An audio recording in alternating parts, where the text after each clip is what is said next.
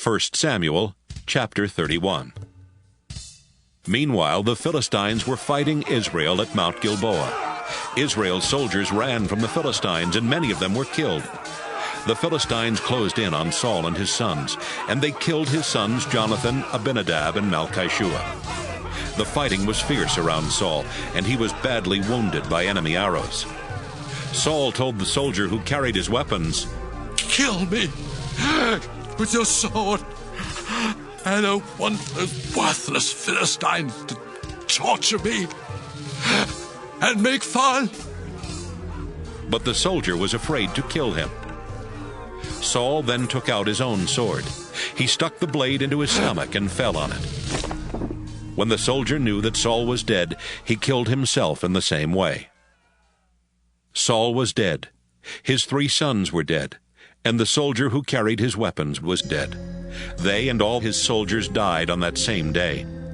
The Israelites on the other side of Jezreel Valley and the other side of the Jordan learned that Saul and his sons were dead. They saw that the Israelite army had run away, so they ran away too, and the Philistines moved into the towns the Israelites had left behind. The day after the battle, when the Philistines returned to the battlefield to take the weapons of the dead Israelite soldiers, they found Saul and his 3 sons lying dead on Mount Gilboa. The Philistines cut off Saul's head and pulled off his armor. Then they put his armor in the temple of the goddess Astarte, and they nailed his body to the city wall of Bethshan. They also sent messengers everywhere in Philistia to spread the good news in the temples of their idols and among their people. The people who lived in Jabesh and Gilead heard what the Philistines had done to Saul's body. So one night, some brave men from Jabesh went to Bethshan.